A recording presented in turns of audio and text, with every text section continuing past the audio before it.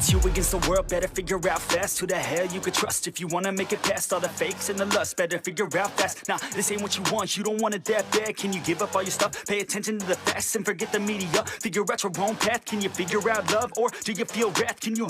Kung gaano katagal bago mo makita ang paglaki ng iyong katawan ay nakadepende kung paano mo tinatrato ang proseso ng paglaki nito.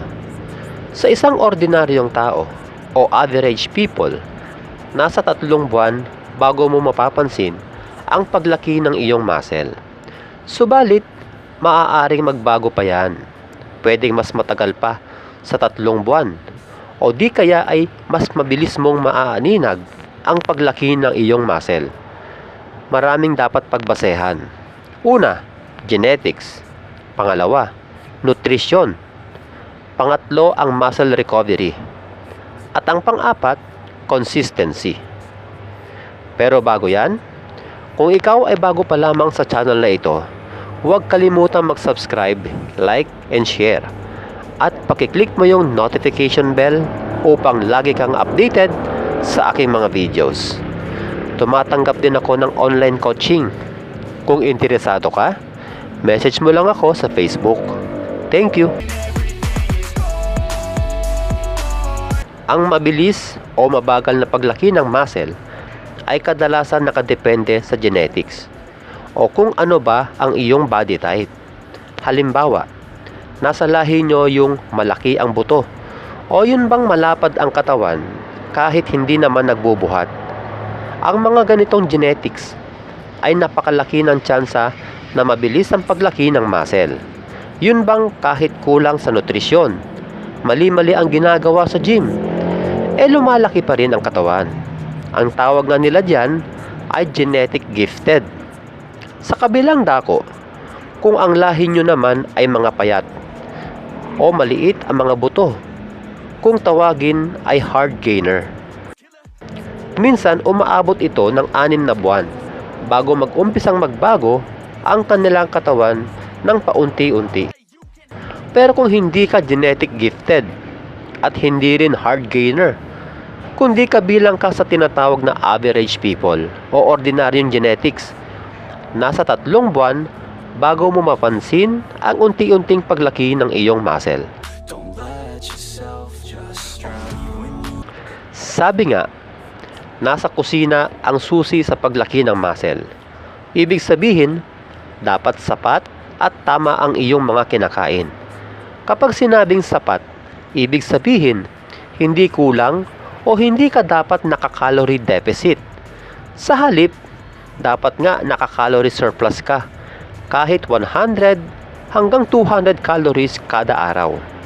At karamihan sa mga calories na ito ay dapat magmumula sa protina, gaya ng itlog, manok, isda, baka, at iba pang mga karne. Iwasan mo nang kumain ng mga matatamis o mga pagkaing may asukal, sapagkat maaaring lumaki ka nga, pero mas malaking porsyento naman na tumubo sa iyong katawan ay taba, imbis na muscle, dahil nga mahilig ka sa mga matatamis na pagkain. Baka may baguhan tayong nanonood. Gaano ba karaming protina ang dapat kainin? I-multiply mo ang iyong timbang sa kilogram sa 1.6 grams na protina. Halimbawa, ang bigat mo ay 50 kilos. I-multiply ito sa 1.6 grams. Lumalabas na 80 grams ng protein ang kailangan mo sa loob ng isang araw. Paano kung kulang ka sa protina? Lalaki pa rin ba ang muscle? Oo, lalaki pa rin yan. Yun nga lang, mabagal o matagal. Sa kabilang dako, kung mataas ang pagkonsumo mo ng protina, halimbawa, imbes na 1.6 grams ng protina, ay minultiply mo ito sa 2 grams. Mas malaki ang tsansa na mas mapapabilis nito ang paglaki ng iyong muscle. Nasisira ang ating muscle fiber o muscle tissue sa tuwing tayo ay nagbubuhat. Kailangan ma-repair ito upang magkaroon ng panibagong pagtubo ng muscle. Ito na nga yung tinatawag na muscle recovery. At nangyayari ang recovery period sa panahon kung saan tayo ay natutulog. Ibig sabihin, mas mabilis makarecover ang iyong muscle kapag sapat ang oras ng iyong tulog. Ayon sa pag-aaral, 7 oras hanggang 8 oras ay sapat na upang makarecover ang ating nasirang muscle fiber. Ngunit, kung mas mahaba pa sa 8 oras, edi mas maganda. Huwag lang bababa sa 7 oras. Pero gaya nga na sinabi ko kanina, kung genetic gifted ka, kahit 6 na oras lang ang tulog mo, mabilis pa rin ang paglaki ng muscle. Ganon din naman, kung hard gainer ka, kahit lagpas pa sa 8 oras ang tulog mo, may posibilidad pa rin na mabagal ang paglaki ng iyong katawan. You can hurt me 'cause I already hurt me. Kahit anong genetics mo pa, sapat din ang kinakain mong protina, maging ang tulog mo ay sapat din. Pero kung hindi ka naman nag-workout, wala din. Hindi talaga lalaki ang iyong muscle. Ang paglaki ng muscle ay kailangang may masirang muscle fiber. Kaya kailangan mong mag-exercise, kung saan mai-stress ng gusto ang iyong muscle. Maaaring body weight, gaya ng push-up, o di kaya ay yung pagbubuhat ng mabibigat na ginagawa sa gym. Subalit, sa pagbubuhat, kailangan maisagawa mo yung tamang form at workout program na akma para sa'yo. Kung inyong mapapansin, sa mga napapanood natin sa YouTube, yung mga halimaw ang katawan ay halimaw din kung bumuhat. Ibig sabihin, sobrang bigat ng binubuhat nila. Oo, magkakaroon nga ng muscle fiber damage.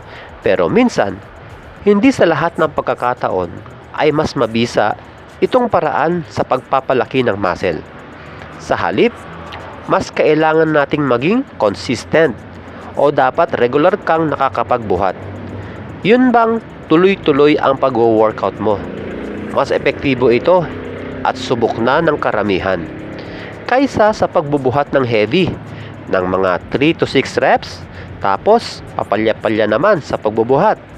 Wala rin, di ba? Second guess, take a chance, no regret. If you wanna take a breath, give your blood and your sweat. Ang 3 buwan na paghihintay upang makita mo ang pagbabago sa iyong katawan, kung tutuusin ay mabilis na ito, sapagkat ang paglaki ng muscle ay hindi instant. Sa natural na paraan maaaring mabilis pa sa 3 buwan o di kaya'y mas mabagal, depende sa iyong genetics.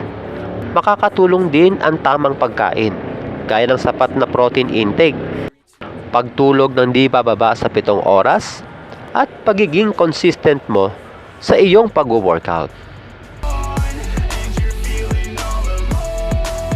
O paano mga kaprakti? Hanggang sa muli, God bless!